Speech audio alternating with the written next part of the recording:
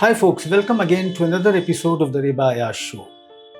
On our show today, AMP नाम करके एक ऑर्गेनाइजेशन है, एसोसिएशन ऑफ मुस्लिम प्रोफेशनल्स. उसके प्रेसिडेंट हैं, man of multitude talent. Ladies and gentlemen, Amir Idrisi, the president of AMP with us. Sir, welcome to the show. Thank you Reba भाई, बहुत बहुत शुक्रिया आपका.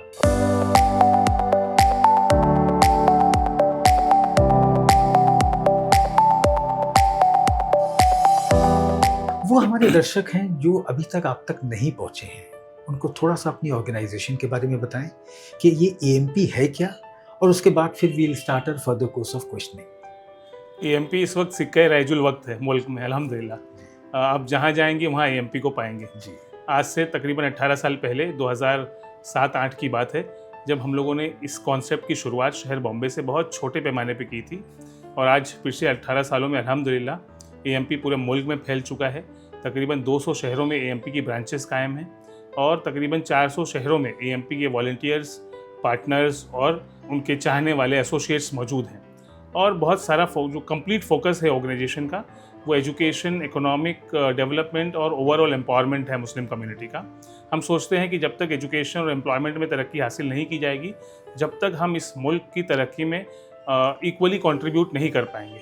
तो इसी फोकस के तहत ऑर्गेनाइजेशन की शुरुआत की थी और आज 18 साल गुजरने के बाद भी उसी फोकस पर इसी डोमेन में काम कर रहे हैं माशाल्लाह.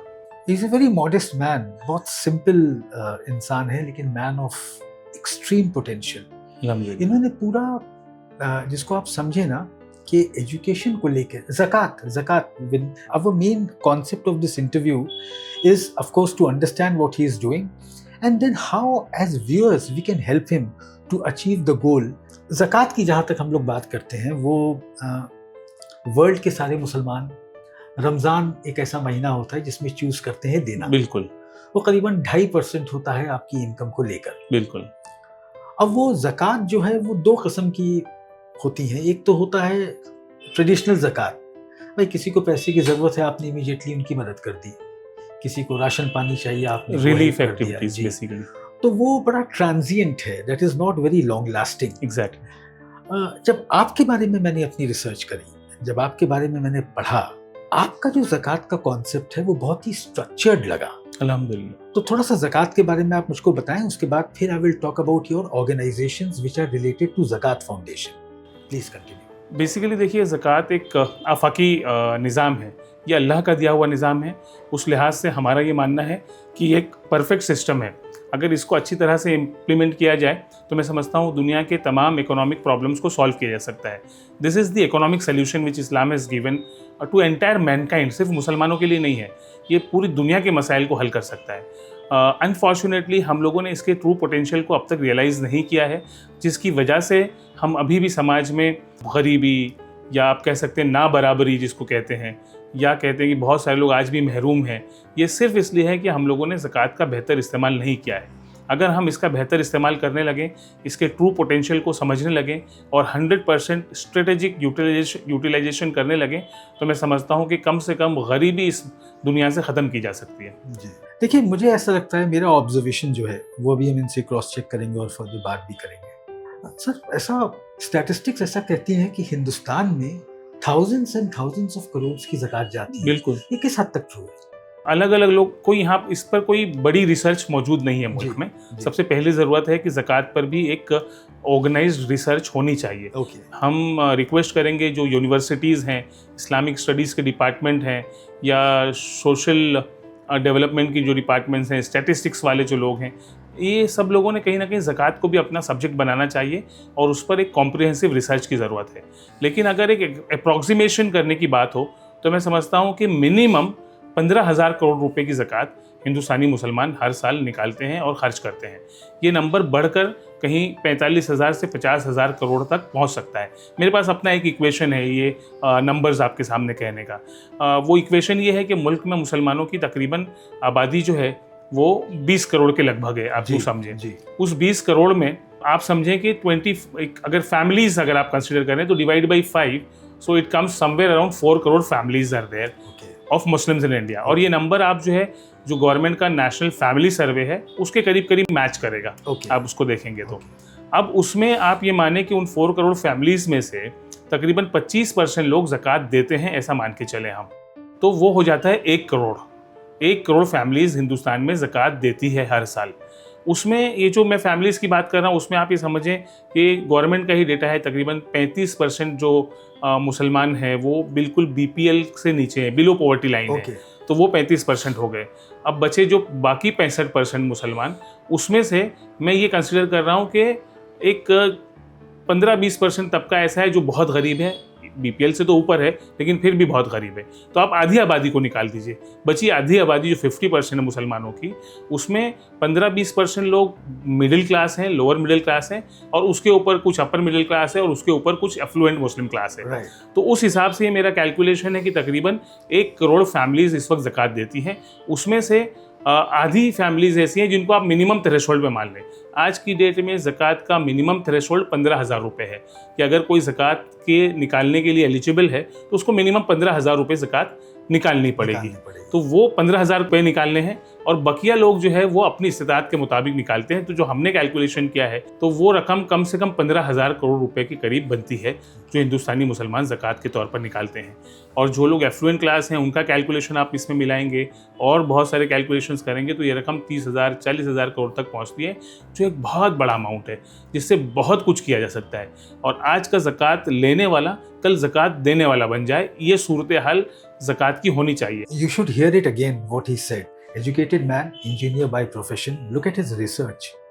हर एक चीज़ इनकी डॉक्यूमेंटेड है, हर एक चीज़ इनकी रिसर्च्ड है, और हर एक चीज़ जो है इनकी वो गवर्नमेंट ऑफ इंडिया की स्टैटिस्टिक्स वगैरह से टैली करती है। बिल्कुल। आमिर अदीसी साहब जो हैं वो बड़े लो प्रोफाइल इंसान हैं, लेकिन मैं इनकी शख्सियत के बारे में आपको थोड़ा सा ये बता दूं। ये वो शख्स हैं जो इनकी जो फ़िलॉसफी है एएमपी की, वो जानते हैं क्या है? इनकी फ़िलॉसफी ये है कि जिनको आप ज़कात दे रहे हैं वो आगे जाके ज़कात देने वाले बने। बिल्कुल। That is the core philosophy of this man. देखिए क्या होता है ना कि you help the poor, you help the needy and you go away.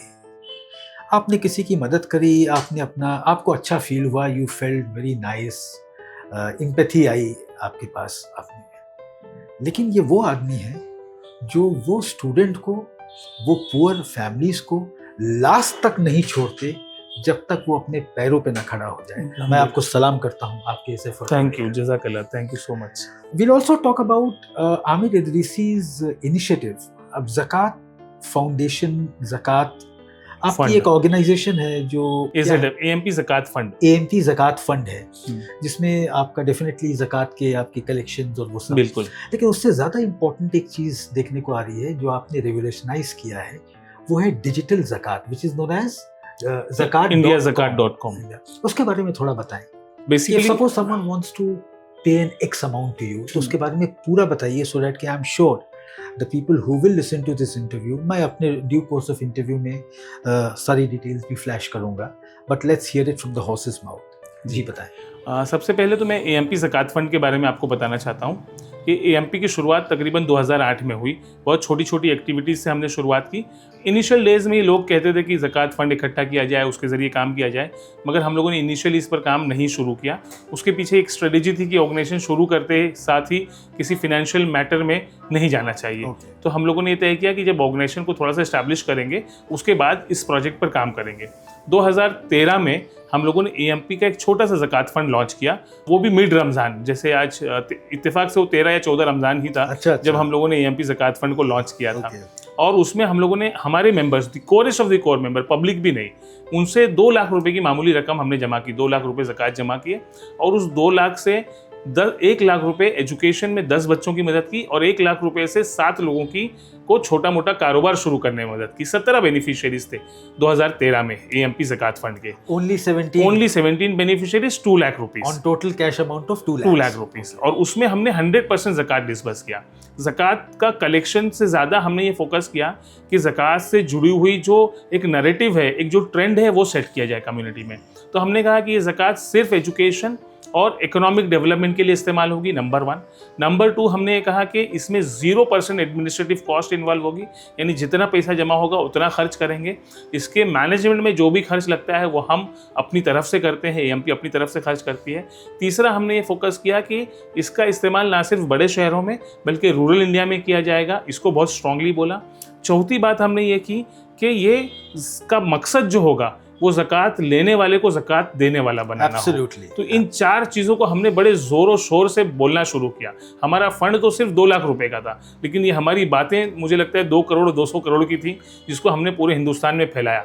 और अल्हम्दुलिल्लाह आज ये बड़ी खुशी होती है कि बहुत सारी ऑर्गेनाइजेशंस ने इस थीम को पकड़ा है और इस थीम पर अब पूरे मुल्क में काम हो रहा है, तो हम इसको अपनी बहुत बड़ी कामयाबी समझते हैं।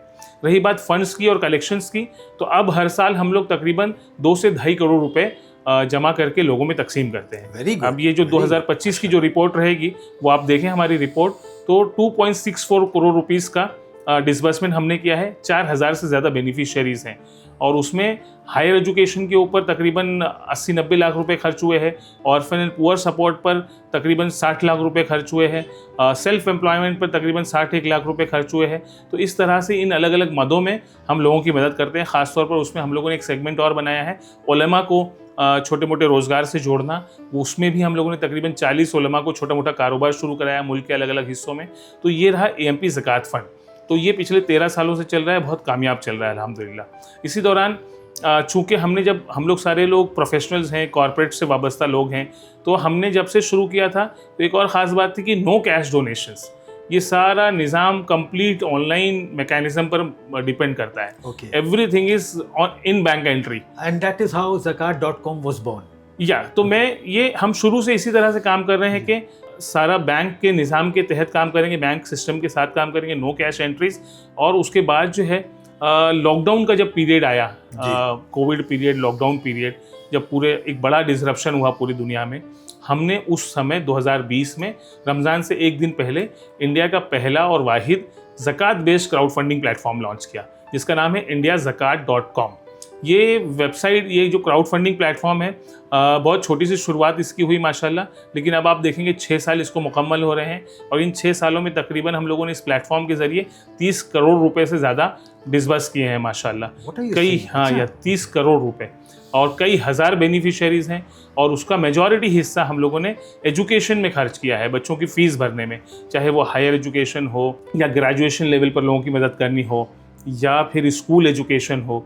बड़े पैमाने पे पूरे इंडिया में हम लोगों ने इसके ज़रिए लोगों की मदद की है। इस प्लेटफॉर्म की ख़ास बात यह है कि यहाँ पर एक लाइव मैकेनिज़्म है, ट्रांसपेरेंट सिस्टम है, एवरीथिंग इज़ विजिबल, सब कुछ आपको आपकी आंखों के सामने वेबसाइट पर दिखाई देता है। एक कोई ज़रूरतमंद आता है, वो अपनी ज़रूरत को इस वेबसाइट पर एज एन एप्लीकेशन या कॉज कह लें आप उसको, वो रेज़ करता है, हम उसको वेरीफाई करते हैं। बहुत डिटेल वेरिफिकेशन मैकेनिज़्म है इंडिया ज़कात का। 3 लेवल उसका उसके डॉक्यूमेंट्स को चेक करते हैं, फिर उसको रेफरेंसेस जो उसके होते हैं उसको कॉल करते हैं। ख़ास तौर पर उन रेफरेंसेस में किसी मकामी आलिम दीन का इन्वॉल्वमेंट होता है, उसको कहते हैं कि भाई आप एक तस्दीकनामा अपने मकामी मस्जिद से या इमाम से लेकर आइए, उनसे बात करते हैं और उसके बाद कुछ केसेस में फ़िज़िकल वेरिफिकेशन भी करते हैं माशाल्लाह। तो इस तरीके से बहुत स्ट्रिक्ट और स्ट्रिंजेंट प्रोसेस बनाया हुआ है। इससे बच्चों की आईआईटी की फ़ीस भरी जा रही है, एमबीबीएस की फ़ीस भरी जा रही है, which is very expensive। बहुत सिर्फ एमबीबीएस के 300 से ज़्यादा बच्चों की फ़ीस भरी हम लोगों ने। मेडिकल एजुकेशन के लिए मैं समझता हूँ 900 से ज़्यादा बच्चों की मेडिकल एजुकेशन की फ़ीस भरी हमने पिछले 6 सालों में इस प्लेटफॉर्म के ज़रिए। इंजीनियरिंग कम से कम 200-300 होंगे, ग्रेजुएशन के हज़ारों बच्चे होंगे, स्कूल के हज़ारों बच्चे होंगे, हज़ारों लोगों को खुद का कारोबार शुरू करने में मदद की गई। हेल्थ केयर के बेनिफिशियरीज़ होते हैं, बच्चियों का निकाह करवाया जाता है। इस साल 100 से ज़्यादा 140 बच्चियों के निकाह का पैसा जो है यहाँ इसमें जमा किया गया इस प्लेटफॉर्म के ज़रिए माशाल्लाह। तो इट्स अ कंप्लीट रेवोल्यूशन माशाल्लाह। और इतना ज़बरदस्त ट्रस्ट इसमें डेवलप हुआ है कि अब तक तकरीबन 1 लाख डोनेशंस आ चुके हैं इस प्लेटफॉर्म पर पिछले 6 सालों में।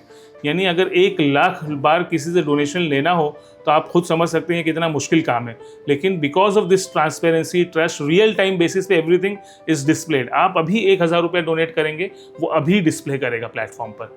आप 1 लाख रुपया दें, अभी डिस्प्ले करेगा, चाहे वो 1 रुपया हो चाहे 1 लाख रुपया हो। लोग जो है उस पर डोनेट करते हैं, वो विजिबल रहता है, सारी डिटेल्स डोनर को दिखाई देती है, बेनिफिशियरीज को दिखाई देती है। इसमें भी हमने एक मैकेनिज्म ये रखा है कि ये 0% फीस पर चलने वाला प्लेटफॉर्म है। इस प्लेटफॉर्म को चलाने के लिए हम लोगों का बहुत पैसा खर्च होता है, वो AMP खुद अपने एडमिनिस्ट्रेटिव फंड से खर्च करती है। जितना पैसा जमा होता है उतना पैसा बेनिफिशियरीज को दिया जाता है। आप दुनिया की किसी क्राउड फंडिंग प्लेटफॉर्म को जाकर देख लें, सबके बड़े बड़े जो है ना प्रॉफिट मार्जिन होते हैं, कमीशंस होते हैं। मैं नहीं कहता कि वो गलत कर रहे हैं, प्लेटफॉर्म चलाना है तो खर्च होता है डेफिनेटली, लेकिन हम लोगों ने तय किया कि वो खर्च हम खुद करेंगे। और अब तक हम लोग कैसे करते हैं? AMP के जो मेंबर्स हैं माशाल्लाह, ये सूफिया की एक टीम है अल्हम्दुलिल्लाह, ये सारे लोग कंट्रीब्यूट करते हैं AMP के सारे प्रोजेक्ट्स को चलाने के लिए। और उसी में ये इंडिया ज़कात का प्लेटफॉर्म भी माशाल्लाह उसी के ज़रिए चल रहा है। अल्लाह का बहुत शुक्र है अल्हम्दुलिल्लाह। आप ये महसूस करें कि आज ये इनिशियल डेज में है ये प्लेटफॉर्म। 5-6 साल किसी ऑर्गेनाइजेशन, किसी बड़े इनिशिएटिव के लिए बहुत छोटा सा अरसा होता है। आज इतनी कामयाबी है, आप इमेजिन करें कि 20 साल बाद ही किस मकाम पर होगा, 50 साल बाद ही किस मकाम पर होगा। इंशाल्लाह this will become the root platform कह सकते हैं, दी बुनियादी सबसे बड़ा प्लेटफॉर्म बनेगा जो पूरे हिंदुस्तान में लोगों के मसाइल को हल करने में सबसे बड़ा रोल प्ले कर रहा होगा आने वाले 20-25 सालों में इंशाल्लाह। While talking to him, you can see it for yourself, the kind of statistics, the kind of detailing, the kind of audits, the kind of other financial activities which are around him. There's so much of clarity.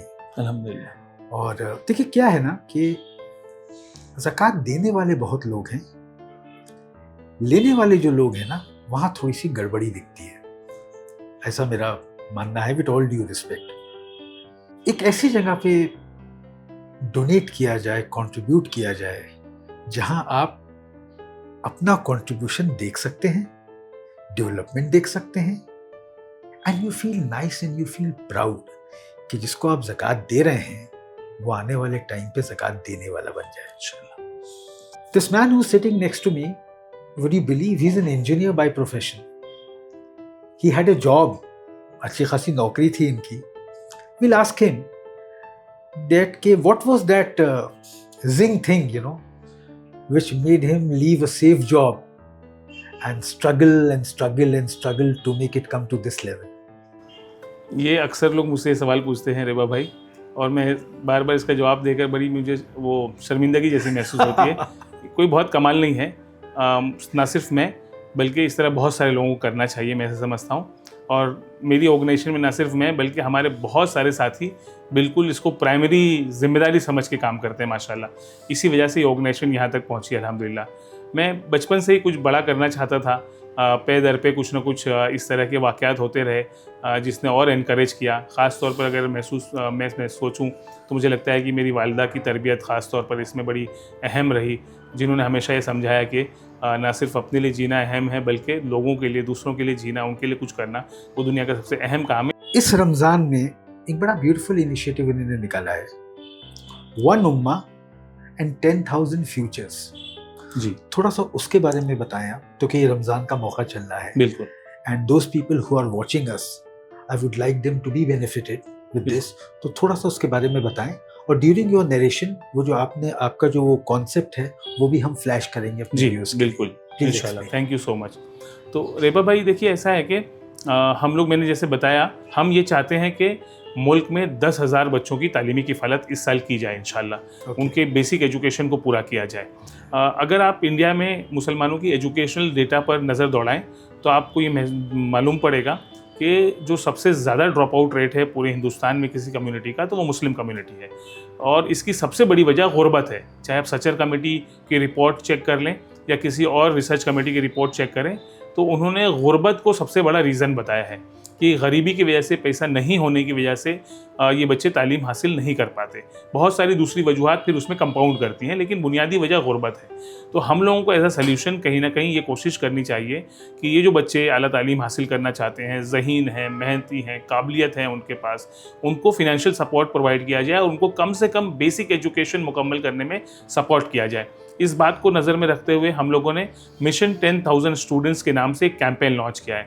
हम चाहते हैं कि पूरे मुल्क के 200 district से 10,000 बच्चों को सिलेक्ट करेंगे, हर डिस्ट्रिक्ट से 50 बच्चों को सिलेक्ट करेंगे और उनकी बेसिक स्कूल की फ़ीस भरेंगे इंशाल्लाह। और हर बच्चे को तकरीबन 10,000 रुपये की माली मदद दी जाएगी।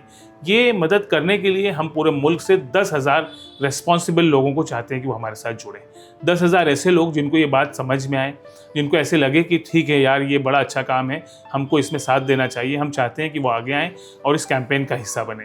सबसे पहले खुद कंट्रीब्यूट करें और उसके बाद जो है वो अपने दोस्तों और साथियों के ज़रिए जो है को भी इस मुहिम के साथ जुड़ने की को एनकरेज करें। मैं जो बता रहा हूँ कि मेरे दोस्तों को बताया कि हमने ये प्लान किया 10,000 स्टूडेंट्स को मदद करने का, तो सबका मुंह खुला का खुला रहेगा, 10,000 स्टूडेंट्स को कैसे मदद करेंगे। तो मैंने कहा कि भाई ये 10,000 स्टूडेंट्स कोई एक जगह के नहीं हैं। आज 10,000 आपको बड़ा नंबर लग रहा है, लेकिन हम 200 डिस्ट्रिक्ट से लेंगे 10,000 बच्चे, हर डिस्ट्रिक्ट से 50 बच्चे लेंगे। तो फिर उन्होंने कहा फिर तो 50 तो कुछ भी नहीं है। मैंने एग्जैक्टली, आप एक डिस्ट्रिक्ट में अगर 50 बच्चों की मदद करने का प्लान बना रहे हैं तो ये बहुत छोटा प्लान है। मतलब we are not fulfilling the responsibility which is there lies on all of us as a community. Absolutely. एक डिस्ट्रिक्ट में 500, 1000, 5000 बहुत सारे ऐसे बच्चे मौजूद हैं जिनको मदद की ज़रूरत है। वो बेचारे उम्मत की तरफ एक जो है उम्मीद की निगाह लगाए हुए बैठे हैं, और हम लोग जो है कोई ऑर्गेनाइज सिस्टम नहीं दे पा रहे हैं। लोग काम नहीं कर रहे, मैं ऐसी बात नहीं कर रहा हूँ। मैं कहता हूँ कि हम लोग, इतना बड़ा ज़कात का पोटेंशियल है, इतना बड़ा निज़ाम है, ये जो इतने बड़े कैंपेन की हम बात कर रहे हैं, क्या ये 20 करोड़ मुसलमान कम्युनिटी इस कैंपेन को नहीं चला सकती? 10,000 नहीं 1 लाख बच्चों की मदद कर सकते हैं। 1 लाख नहीं 10 लाख बच्चों की मदद कर सकते हैं हम लोग, अगर सब लोग मिलकर चाहें। प्रॉब्लम है कि we are not organised, we are not systematic, we are not transparent, we don't have processes and systems and mechanism जिसके ज़रिए इसको जो है मुमकिन करके दिखाया जाए। तो अल्हम्दुलिल्लाह अल्लाह ने हम लोग को indiazakat.com का जो प्लेटफॉर्म दिया है कि वो जिस पर लोगों को ट्रस्ट है, क्रेडिबिलिटी है, जो ट्रांसपेरेंट है, उसके ज़रिए इस मुहिम को इंशाल्लाह हम चलाने की कोशिश कर रहे हैं। आप भी दुआ करिएगा कि अल्लाह इसको कामयाब करे। सुनने वाले सब लोग दुआ करें कम से कम कि अल्लाह इसको कामयाब कर दे। कि एक अगर उम्मत का कोई इनिशिएटिव फेल होता है तो दूसरा कोई शख्स फिर उस इनिशिएटिव पर काम करने के लिए घबराता है। तो उम्मत का जब कोई, मैं सिर्फ एमपी की बात नहीं कर रहा हूँ, हमारी तरह जब कोई इनिशिएटिव लेकर निकले, तो हम लोगों की कोशिश होनी चाहिए कि हम उसको कामयाब करें पूरी ताकत के साथ। वो उसका अपना ज़ाती इनिशिएटिव नहीं है। It should be a collective. Exactly. हम सबको कोशिश करनी है कि इस तरह के तमाम मुहिम को कामयाब करें। हमारी सबकी जिम्मेदारी है। Nothing much to say. What he has said makes lot of sense. और ये प्रोसेस जो है वो रमज़ान में ही अचीवेबल है। बिल्कुल, क्योंकि ज़्यादातर सब लोग वर्ल्ड वाइड जो मुसलमान हैं लोग ज़कात वो रमज़ान ही चूज़ करते हैं। बिल्कुल, ज़्यादा सवाब मिलता है। एक दफ़ा आप हमारे कैमरा में देख के अपील कीजिए और लोगों से कहिए कि आप आपकी वेबसाइट है उस पर जाएँ और उस पर मैं ये आज का इंटरव्यू देखने वाले सभी लोगों से गुजारिश करता हूँ कि अल्लाह के लिए इस मुहिम का हिस्सा बने। मिशन 10,000 स्टूडेंट्स पूरे मुल्क के 10,000 बच्चों की मदद करने का एक मिशन है। हम चाहते हैं कि उनको बेसिक स्कूल एजुकेशन प्रोवाइड किया जाए। पैसे की कमी की वजह से कोई बच्चा महरूम नहीं रहना चाहिए। रमज़ान का महीना है, ज़कात का निज़ाम हमारे पास है, इसको इस्तेमाल करते हुए आइए मुल्क से 10,000 ऐसे लोगों को ढूंढा जाए जो एक एक बच्चे की जिम्मेदारी लेने को तैयार हों। जिस तरह हम अपने बच्चों की तालीमी किफ़ालत करते हैं, सिर्फ एक बच्चे को आप जो है कम्युनिटी के एक बच्चे को गोद लें, उसको अडॉप्ट करें, उसको स्पॉन्सर करें। हम ये सिलसिला अगर इसी तरह साल दर साल चलाते रहे तो एक दिन ऐसा आएगा कि मुल्क के हर बच्चे को एक कहीं ना कहीं सपोर्टर मौजूद होगा, एक कहीं ना कहीं मददगार मौजूद होगा इंशाल्लाह। तो indiazakat.com पर जाएं, आप मिशन 10,000 कैंपेन को देखें और उसमें अपना कंट्रीब्यूशन दें और अपने जानने वालों को, अपने दोस्त अहबाब को, फैमिली में लोगों को एनकरेज करें कि वो भी इस मुहिम का हिस्सा बने। What a lovely initiative. It's my request also, it's my plea for the people who are listening. They should listen to what he is saying because the idea is from charity to strategy. बिल्कुल। आमिर साहब बहुत बहुत शुक्रिया। Thank you so much रे बाबा। Lovely talking to you. Thank you for May Allah help you to achieve your goal.